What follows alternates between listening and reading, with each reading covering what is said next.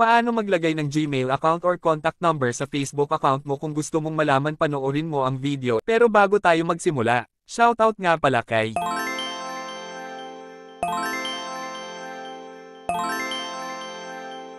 open ang Facebook app. Pindutin ang tatlong linya sa taas. Pindutin ang setting icon. Pindutin ang See More in Account Center. Piliin ang Personal Details. Pindutin ang Contact Info.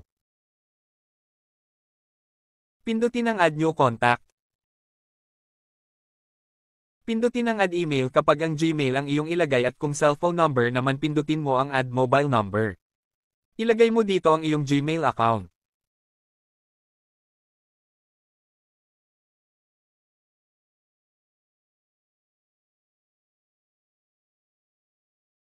Pagkatapos mong ilagay ang iyong Gmail account, pindutin ang Next sa baba.